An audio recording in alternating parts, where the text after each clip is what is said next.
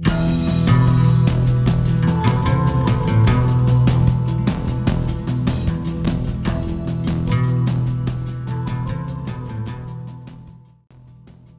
and thank you for clicking on my channel. Welcome to the Real Movie Podcast. And today I want to talk about House of the Dragon, episode 7. Last episode we witnessed some changes in the actors. Laenor, Laena, Alicent and Rhaenyra, and maybe some others, and some new characters were introduced. I did say in my podcast that it felt like watching the first episode of a whole new show. It is a smooth transition and I really do love this show as it goes on. Before I start going deeper, if you haven't watched this episode, please do it first because it is a must watch. There are spoilers. So we start the episode with Laena's funeral and literally everyone is there. The king, the queen, the new hand who is Otto Hightower, his hand again, Rhaenyra and Laenor. And of course Lord Corlys and Rhaenys. Viserys Targaryen is one of my favorite characters in this show, especially in this episode. I really loved Paddy Considine as Viserys Targaryen. I said it many times. As the show went on, I recognized how complex this character is, and I am really happy to see him alive in every episode. And I think maybe the next one will be the last one. King Viserys, he has grown a lot, he thinks a lot, he does not want people around him to fight. He even tries to talk to Daemon and he wants to convince him to go back home in King's Landing with him, and he wants to put aside the differences.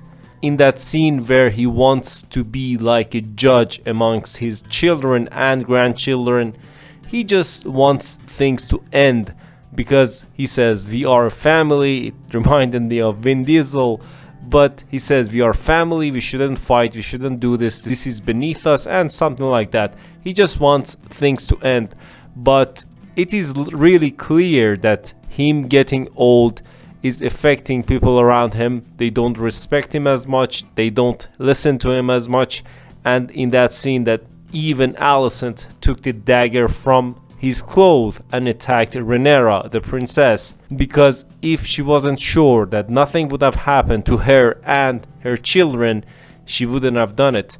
But anyways, she did it because she knows that the king is wary. Now let's talk about his brother Daemon Targaryen, who is, as I said it many times, is everyone's favorite character. He is a lot more thoughtful in the past episodes. He talks less, but he acts more. He's becoming a lot more frank and brutal. When the king approaches him, of course he's sad that he lost his wife. When Rhaenyra asks him, "Did you love her? Did you love your wife?" He says, "We were happy enough."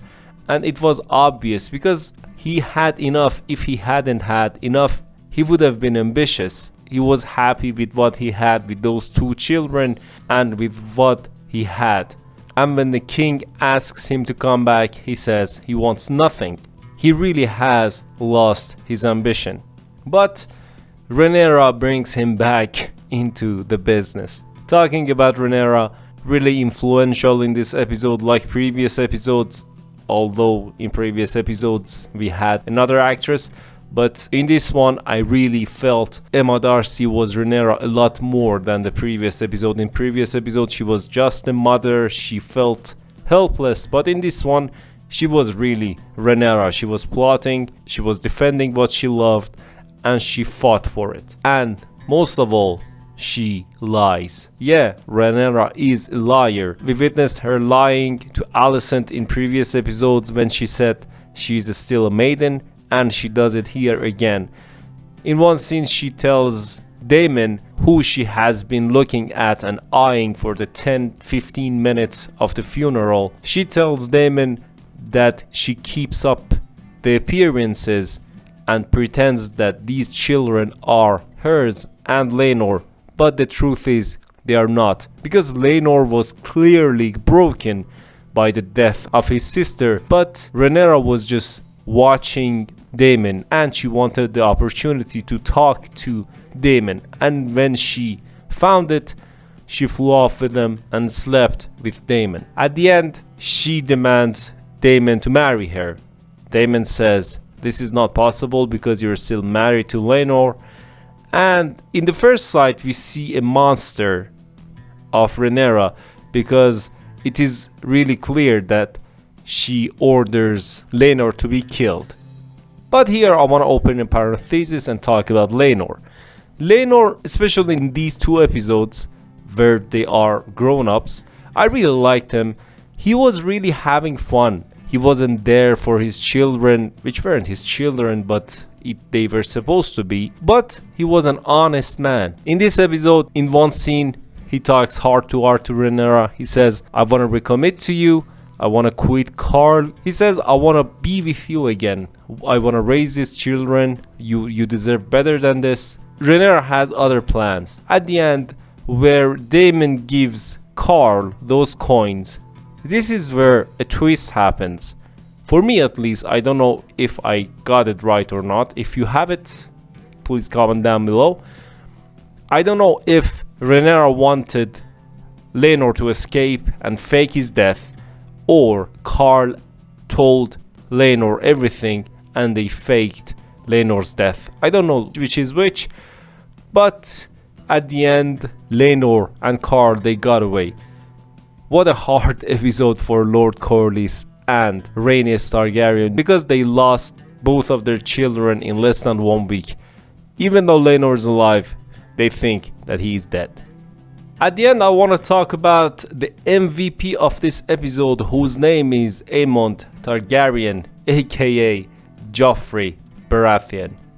It is obvious that he has a lot of issues, because in the last episode they literally gave him a pig and said, okay, because you don't have a dragon, no egg hatched for you, you can have this pig. He is extremely weird and he has a lot of issues.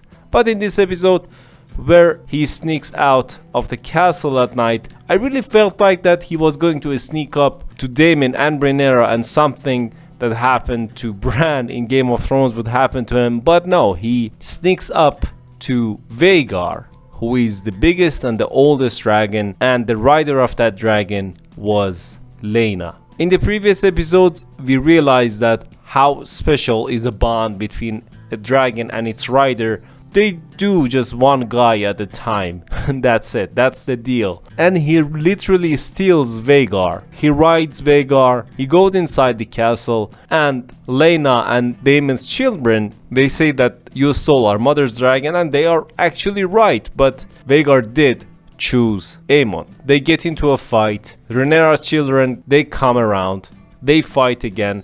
And Aemond is weirdly strong because he's against 4 guys, 2 girls and 2 boys, and one of those girls is actually pretty big, and he fights them all off.